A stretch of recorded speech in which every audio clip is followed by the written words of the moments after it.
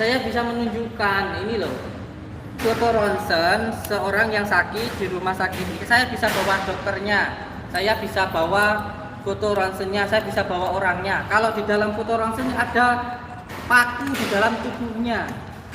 Nah ini ketika saya ruqyah, ini foto ronsennya. Ada berpuluh-puluh paku di dalam tubuhnya. Ini pakunya nih, dua. Ada banyak ini fotonya. Kelihatan ya? Nah, ya Itu 1, 2, 3, 4, 5. Ada 5 paku di dalam tubuhnya. Dan dari keterangan dokter ada orbital logam, ada logam di dalam tubuhnya. Ini penjelasan tentang dokter. Di sini dokter menyatakan di dalam tubuhnya ada benda logam. Nah, seperti ini ketika diruqyah lalu keluar paku, apakah ini juga dikatakan penipuan? Sampai itu nggak merasakan sakitnya orang yang terkena santet sehingga kamu ngomong santet itu nggak ada. Ini saya bisa menunjukkan orangnya loh, saya bisa menunjukkan dokternya loh. Ketika di ronsen ada banyak pakunya. Terus seperti ini apa juga dikatakan trik? Apa mau sampai masukkan paku di sininya, paku di kepalanya, paku di perutnya? Kan nggak mau.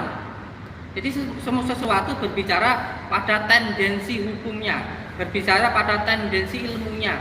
Kamu pesulap kok ngomentari ahli hikmahnya nggak nyambung. Kamu pesulap kok ngomongin peruqyahnya nggak nyambung. Kamu pesulap kok ngomongin kiai nggak nyambung, gitu loh.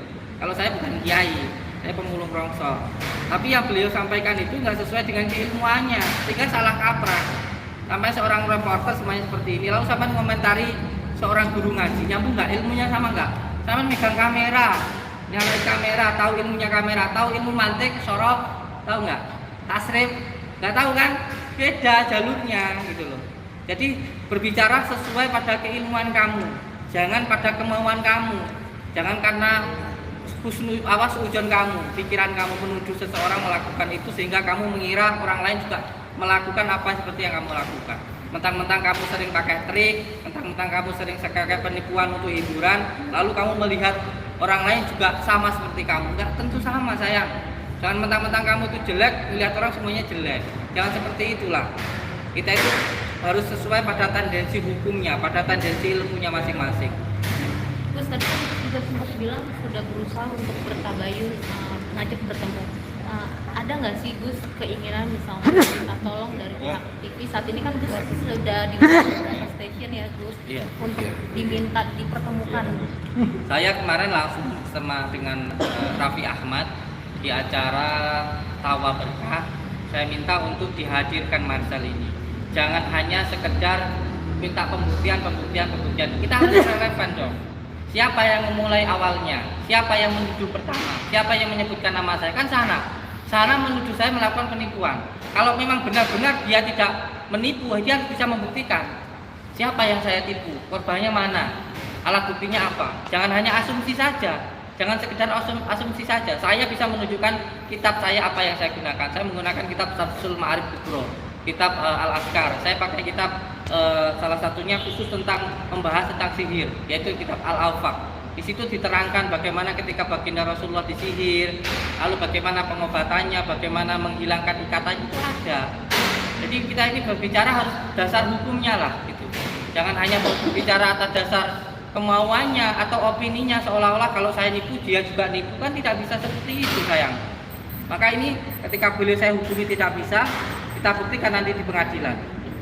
Itu yang ingin saya sampaikan. Gus, cuman Marcel sendiri selalu mengulang-ulang bilang bahwasanya saya cuma membongkar atau meluruskan dukun-dukun yang berdalih berada di atas agama. Gus sendiri ada ketersinggungan nggak sih? Mungkin kayak kalau masalah membongkar, saya juga membongkar. Kalau kamu mengatakan kamu memberantas dukun, saya juga memberantas dukun. Tapi dukun yang bagaimana? Ada video saya memberantas dukun santet dan lain sebagainya. Sama, saya memberantas dukun pegada uang.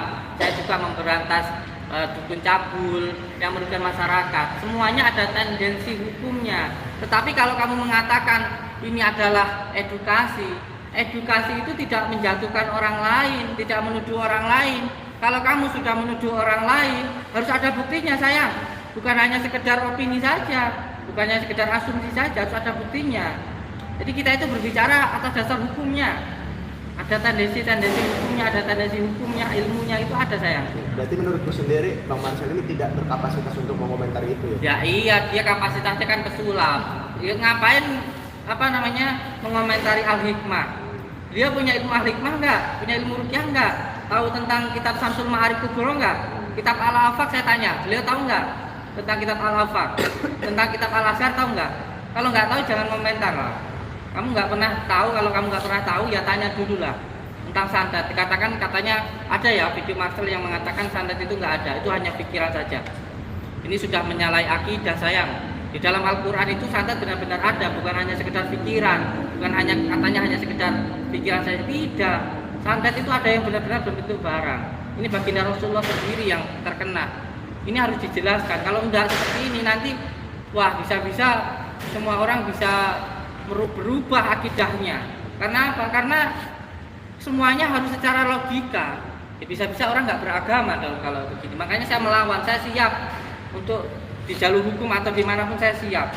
Karena kalau semuanya hanya secara logika, loh ada yang gaib, ada yang nyata. Itu loh. Kalau kamu pengen mengetahui sesuatu hal yang gaib, ya dipelajari lah. Itu loh. Dan belajar itu saya nggak butuh hanya 1-2 hari. Saya belajar ilmu gaib itu dari mulai saya masih kecil. Sampai umur 20 tahun, 32 tahun sekarang ini loh saya masih belajar tentang ilmu gaib. Karena beda ya antara ilmu gaib, makhluk gaib dan yang maha gaib itu beda. Sekarang lihat banyak orang-orang yang datang mencari pesugihan, ribuan di tempat-tempat pesugihan seperti itu. Lalu apa yang beliau lakukan jika terjadi seperti ini? Ini kan percaya kepada makhluk gaib tapi tidak percaya kepada yang maha gaib, yaitu Allah Subhanahu wa taala. Berbeda di situ. Gus, dari saya Gus. Berarti Ya. Gus intinya sekarang memilih pembuktian jalur hukum aja Gus. Saya sekarang ingin menyampaikan ke Marcel, kalau tidak ada itikat baik, kalau tidak ada tabayun pertemuan dengan saya, menyampaikan apa masalahnya, maka masalahnya akan lanjut ke jalur hukum. Dan ini sudah berjalan di jalur hukum. Maka ini harus benar-benar ditegaskan.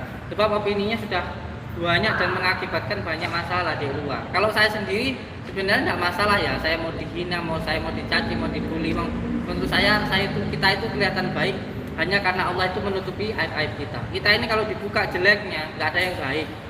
Kalau saya dikatakan buruk ya tidak apa-apa lah, hikmah buat saya. Apalagi saya nyeker ini juga, ya. Kita ini adalah orang yang belajar ilmu al-hikmah, kabumian, belajar wataknya bumi. Semakin dicaci, semakin dibully, semakin subur. Tetapi kalau masalahnya sudah ke masyarakat luas sampai menimbulkan kekisruhan, ini harus ada pertanggungjawabannya. Saya ucapkan terima kasih Mas Ruswan. Saya harus bertemu dengan Dr. Richard untuk seperti ini.